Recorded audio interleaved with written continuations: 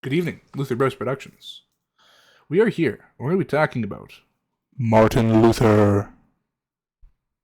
That's right. Myths about Martin Luther, things that are simply not true.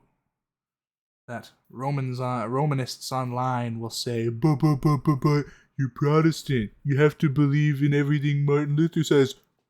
Shut. Shut. Your opinion is invalid and you are wrong.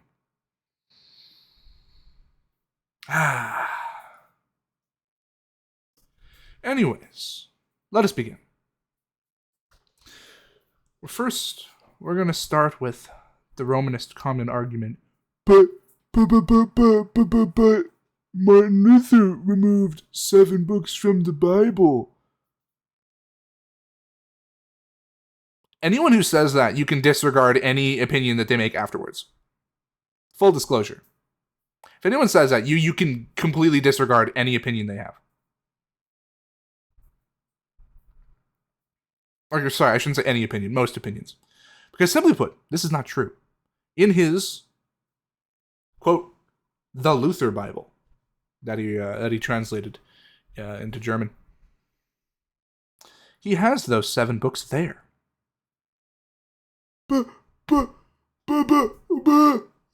Shut up, Romanist. You're probably crying right now. But, now, those 7 books of the Bible, let me tell you something. They are not the Bible. But Luther kept them. Why? Because he felt that they were good for teaching history. The history of what happened, during the time when the prophets fell silent. When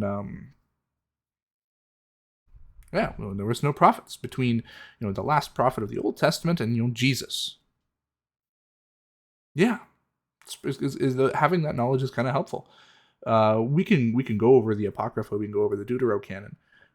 It'll be in a different video, a lot more in-depth of a video, and a lot more well-researched than this one. But those books are still there. He put them in a separate section to kind of show everybody as hey, this isn't really in the Bible, but it's still here. Next. Yeah, that's right. We started off with a pretty controversial one. Another myth, that Martin Luther was just some German monk who did something great once. That's not true. No, Martin Luther was not just a monk. He was a doctor of the church. He graduated from the University of Wittenberg. And he was a very well-respected theologian during the time, teaching about, get this, the gospel. Whoa! Crazy idea. I know. Calm your horses down. Who would have thought the gospel? Gotta love it. And along with that, he also had the Prince of Wittenberg, I believe. I'm not sure if that was his official title. Really, really much liked Martin Luther. Martin Luther was like his golden boy, if you will. So Martin Luther definitely had connections, and definitely had all that jazz, all that good stuff. The jazz that is helpful for starting a movement. You need influence, and you get influence via connections. And Martin Luther had connections, therefore he had influence. And also, you just gotta make a lot of noise. Anyways, rabbit trail. I know some people said that they would like me to post a video of just me yapping, going off on massive rabbit trails. Full disclosure, I usually tend to just completely delete out and completely abandon my rabbit trails. Or I try to, at least, because they're not beneficial. Anyways, a third one. Now, this one's going to be targeting charismatics. Martin Luther was this guy who was anti-tradition.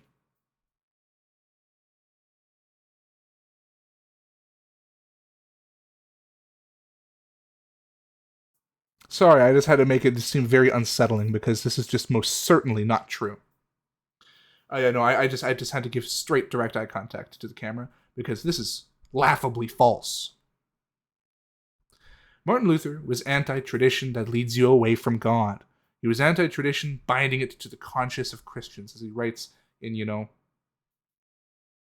like his, oh man, I'm drawing a blank. What's it called again? It was, on the bondage of the will. So, yeah, so either bondage of the will or freedom of, oh my goodness. Hold on, I'm gonna pause this. I'm so sorry, guys. I'm tired.